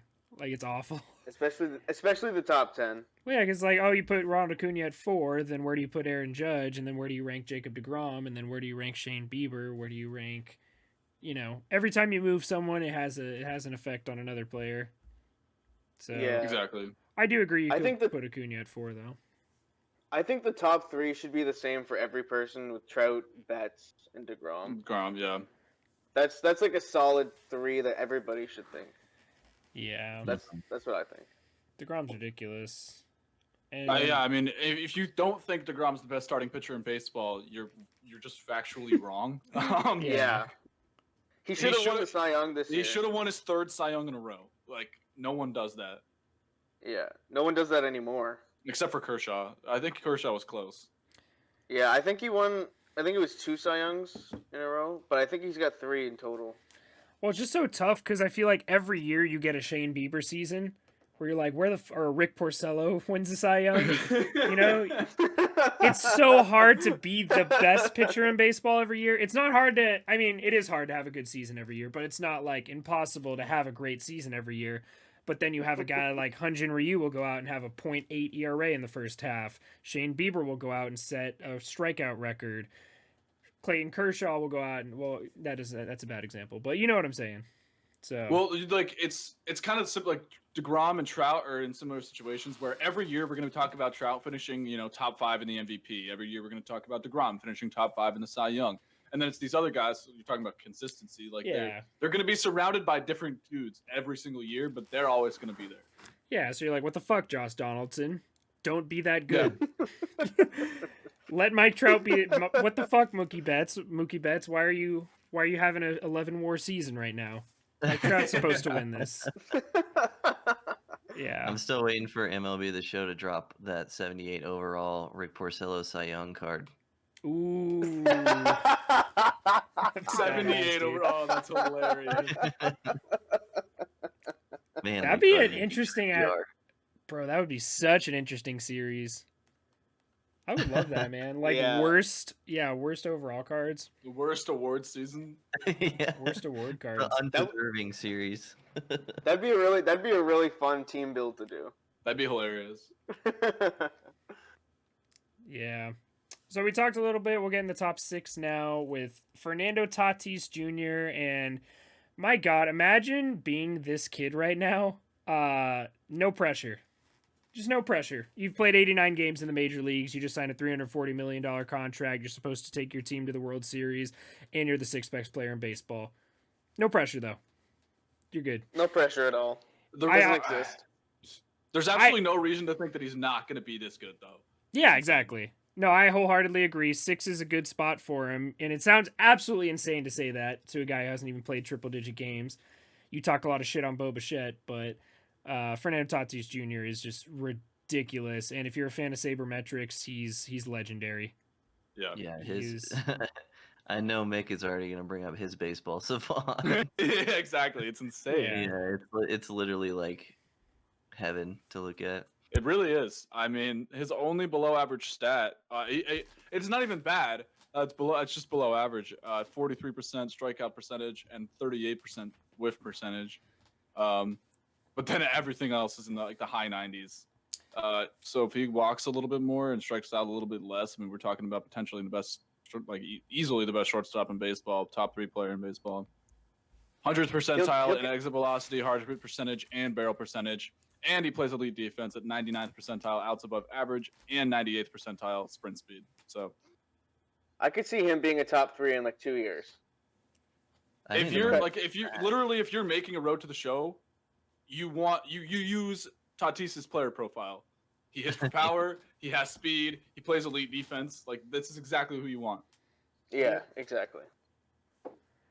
I didn't know he was that fast too. That's crazy. 98th percentile sprint speed. That's pretty nuts. Yeah. It's like Tim LeCastro, but actually good at baseball. Not just trying to get beaten every time he's in the play. Yeah.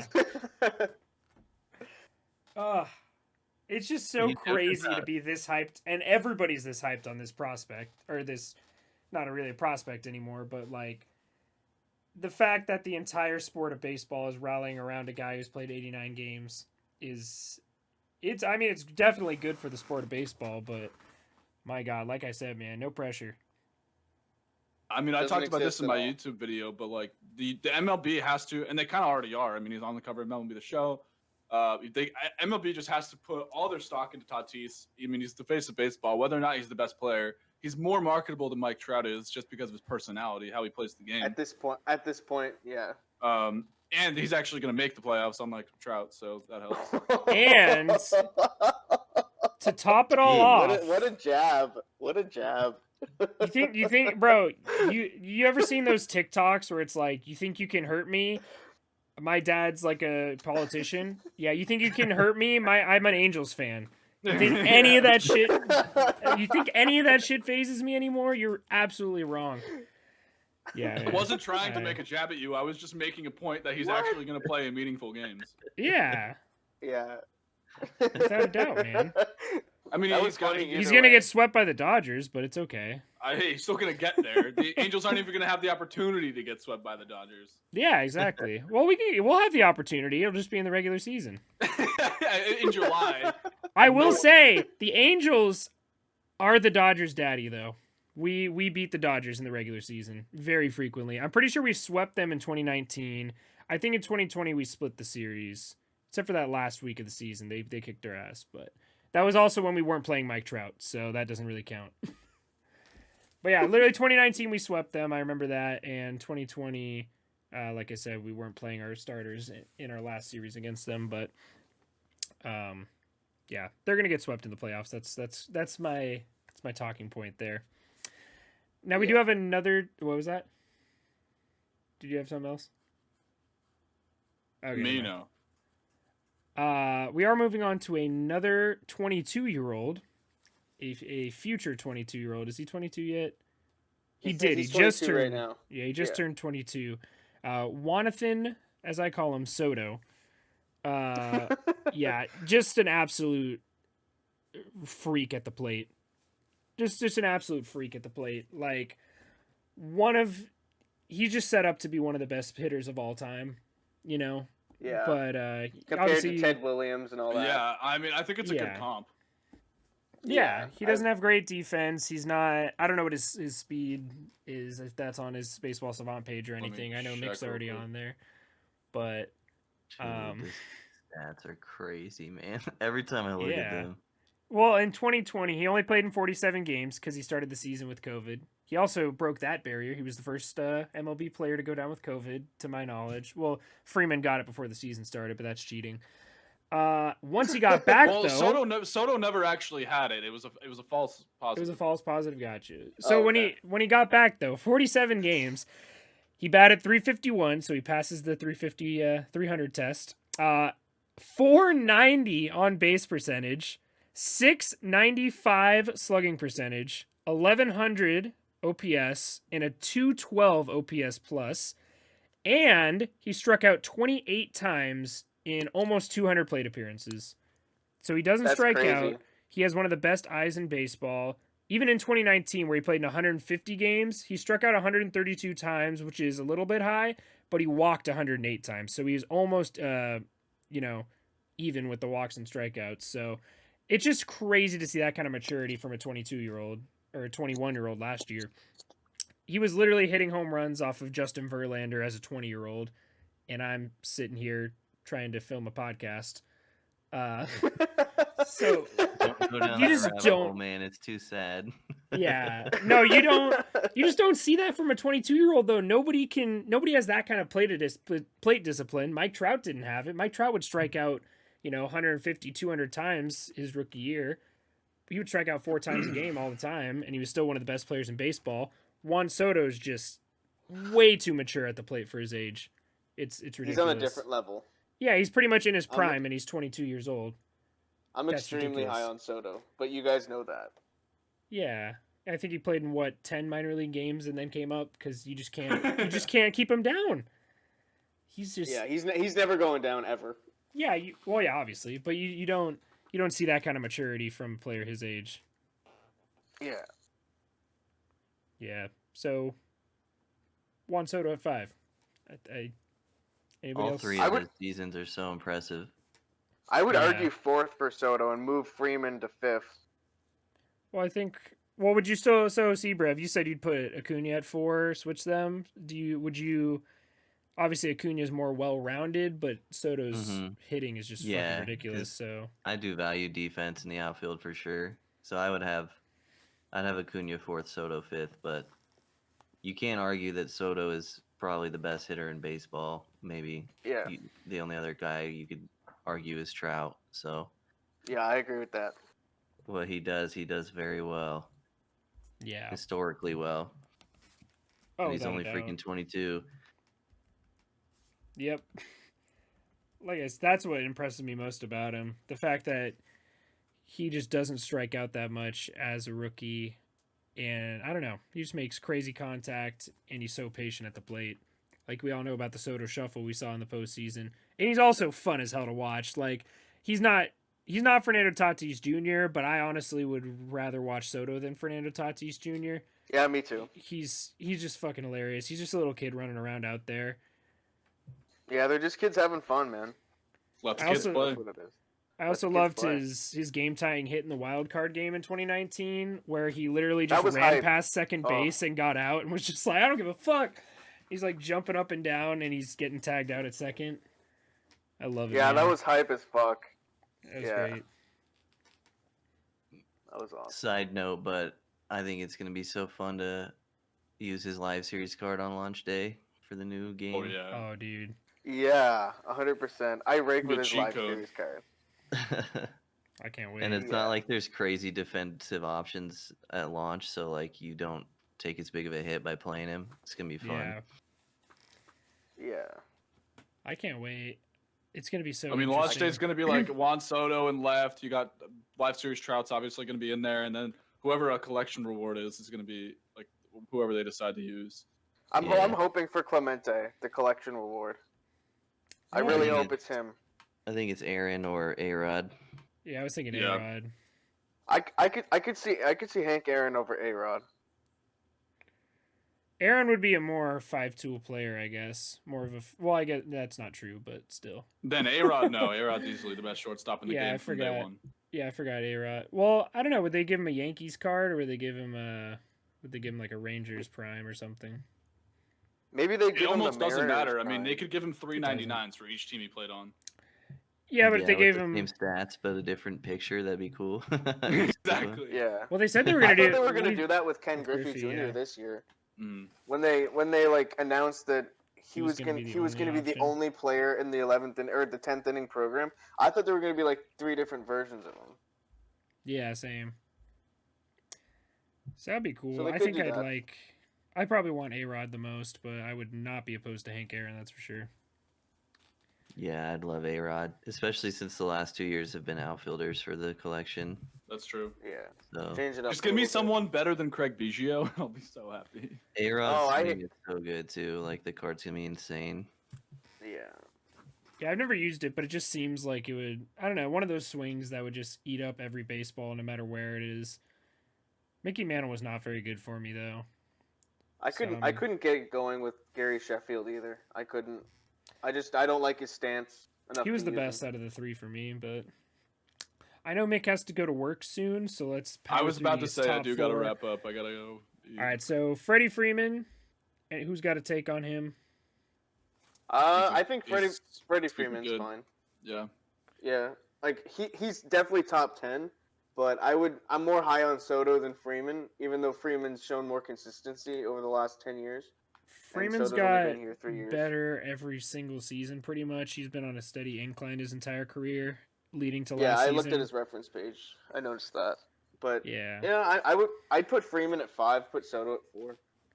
Yeah, Freeman's just really consistent, and he had such a good year last year, but I wouldn't put him at 4 just because of his age, honestly. Yeah. But I guess you can argue that with the next pick here. Jacob DeGrom, of course, in the 3 spot. What do Perfect. Yeah, I don't. I Easily the think best we, pitcher in baseball. Yeah, I think Yeah. this top solid, as we said. Yeah, he's just absolutely ridiculous. Yeah, I don't think there's any debate to be had there. And then obviously we have the most fun, least controversial topic in all of baseball, even though Twitter wants to make you think it's controversial. Mookie Betts at 2 and Trout at 1. Perfect. I mean, Yeah, it's just Yeah, it's that's the perfect. truth. If It's- Mookie would have been at 1 instead of Trout, then there would have been a little bit of a problem. Literally the only thing that Mookie has better than Trout was, well, first of all, his 2018 season. Second of all, his 2 rings. That's the only thing he beats Trout in. Yeah, exactly. Trout's better in every other aspect. Yeah. well, I think outfield like arm strength, Betts definitely has on him. Trout's gotten better though. General, Trout- right? Trout Had a guns pretty some bad players year. out. Trout had a bad 2020 had a bad defensive year, but I don't really put a lot of weight in Trout's 2020. I feel like his mind was other places with his wife having a baby and everything. Yeah, I don't think he it's- was. When you already have that contract and you're already that good, like I could see why you'd kind of check out of a 60-game season. Mm-hmm. Yeah, because Yeah. you need to have your time with your family, and plus, like, you wouldn't want to get COVID and then like contract it with your family and all that kind of stuff. Yeah, Just want to protect it. Yeah. Yeah, Mookie's been ridiculous. He is ridiculous with the glove. I would give him defense, I guess, but no, at the end of the day, Trout's just too good to you can't rank him second. Exactly. No. Yeah. There's Too good like, for there's, too there's damn no long. chance. Yeah. There's no chance.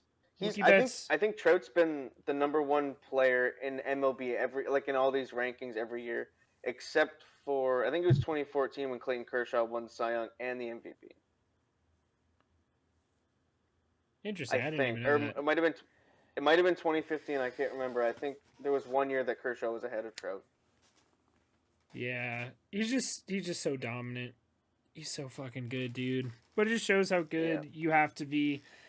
How having one good player doesn't help you in baseball. We saw it with the Rangers when they signed Alex Rodriguez, which we were just talking about. We see it right now with Mike Trout. Hopefully, we don't see it with any other teams. Like I don't know. Depends on if the Nationals pay Juan Soto $500 million or what. I mean, Soto think already they're has a gonna ring too, so Yeah, I true. think they're gonna pay him at least 400 mil. Yeah, I'd say Probably. definitely, without a doubt. Well, it'll be interesting to see if they lock him up sooner than later, since Fernando Tatis is already locked up. Yeah, I think So- they'll do it like at some point in the next off season. Yeah, of course.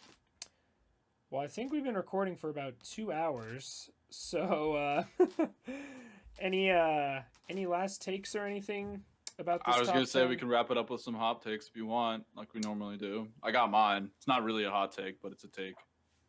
Not really a hot take. I feel like I just. Well, I recycle- got 2021. Aaron Judge is top 5 on this list. Yeah, without a doubt. I don't even think that's controversial. Well, the controversy is he gonna play enough games? I'm banking on him playing enough games. He'll be top 5 in 21. Okay. Yep. Oh, also I got to go with my guy Vlad Jr. He'll definitely be somewhere on this list. Yeah, he'll be in the top 100. I could see. He'll replace Kevin Biggio as the 76th best player in baseball. After he wins the MVP. Yeah. My hot take having to do with this list would be Luis Robert hits into the top 25. He's that good. Dang. He is that fucking good, Okay. and I'm that high on him. He's a 5-tool player. He has all the tools to be in the same conversation with some of these top outfielders. And if you can see Tatis moving that far up, which was he even ranked last year, or where was he ranked last year? Last year, where is he? Last year he was ranked 32. So yeah, I definitely think that Luis Robert could make it into the top 25 next year. Especially with the protection he has in that lineup. Definitely. You guys got any? CBrev. I'm trying to think. I think my hot take would be Bregman in the top 10 next year. That's I I not believe surprising. in 2020 when they came out with this list, Bregman was 8th, I believe. Yeah, I mean he's Yeah. crazy. I'm probably biased because I watch him more than anyone, but the I hate him he's so very much, but underrated. he's I so hate him good. so with much. with the Oh, state Yeah, me too. team. Yeah. No, he's really Bregman good. was actually number 5 last year. Yeah, I could see it happening again. I don't So know he'll be about back in 5, the top 10. but up there. Yeah, because he's got the defense to go along with that crazy offense. Nick, Yeah. what are you going to leave us with? Here's a little bit of Royals bias, but I think Salvador Perez is going to crack the top 40. No, not top 40, top 50, and he's going to be a top 2 catcher in the MLB next year when we do this list. I think he's gonna have a bad year next year. Not gonna lie. I think I he's too think old, man. shit all over He's him. getting up there. He's I don't only know how like old he is. he's only like 30, 31 or something like that. Yeah, He's but just been that's around for a 40 long time. catchers. But yeah, it's a catcher. Yeah, but- It's catcher's years.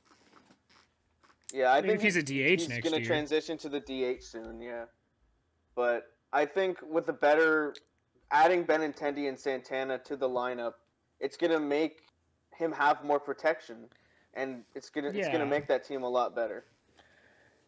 That's fair. I mean, I love their lineup, but at the end of the day, I feel like the Yeah. biggest draw to Salvador Perez has always been he's been a solid hitter, which is his value is a lot higher as a catcher than it is as a DH. So I think Yeah, if that's he true. becomes a DH, I think he might even not crack the top 100. But the fact that that he is a catcher makes him a top 100 player easily. So Yeah, if he, I mean, yeah, like you said, he's not old, but when you get to your 30s as a catcher, that's when guys like Mike Napoli and Kyle Schwarber doesn't really make sense because he got hurt. But Buster Posey. Buster Posey yeah, that's when start to play more. that's when the first value base. goes down a lot. Yeah. Yeah, but we'll see. First base is a very shallow position too, though, so he has pretty high value as a first baseman. Yeah, I could definitely see it though, because he had a ridiculous 2020 coming off having COVID, the little eye injury, and Tommy John last year. So like he overcame a lot of obstacles, yeah, and I been a definitely rough- think he can do it again. Yeah, I think so too. That's a good point. Just too much Royals bias. When you first said that, it sounded like a bad take, but you know what? It's fair. My mind went to like, what the fuck is this man talking about right now? But You did say hot takes. yeah, that's a It's good hot point. takes. I mean, he has been like a top catcher of the 2010s, like Yeah. arguably Yeah, one of the without a better doubt. catchers in the 2010s. Yeah, without a doubt. I think he has a. He doesn't have a platinum glove, but I know he has multiple gold gloves behind the dish. Yeah, he's got 5 Gold Gloves, 5 or 6 Silver Sluggers. Oh. I can't remember, something like that. Yeah. American League catching's been bad for a while, though. Yeah, that's true. All right. Well, we have talked about a shit ton of stuff today. I appreciate you joining us, CBrev. Thank you so much for coming back after the first episode had a little bit of technical difficulties. For sure, I'm man. 99.9% sure that this one recorded audio. So thanks so much for yeah. And once again, if you guys are looking to get better at MLB The Show, hit up CBrev on YouTube. Say CBrev MLB The Show, I believe is what he said. And just CBrev on Twitch. Just don't put the just in there. It's literally CBrev. CBrev. Yeah, so if you want to check him out, that's where you can find him. You can find us on YouTube and Spotify at Diamond in the Rough Podcast. You can find us on Instagram and Twitter at DIR Podcast. And then follow the boys, of course, NMR Sports, MIC Miller 42, and Nick Theriault. That's how you spell it. So yeah, Yep. Thanks everyone so much for joining us. We will see you all in the next episode with some, hopefully some breaking MLB news or less injuries going on in spring training next one. So thanks again for joining us, CBrev, and thank you guys for listening. We'll see you all in the next one.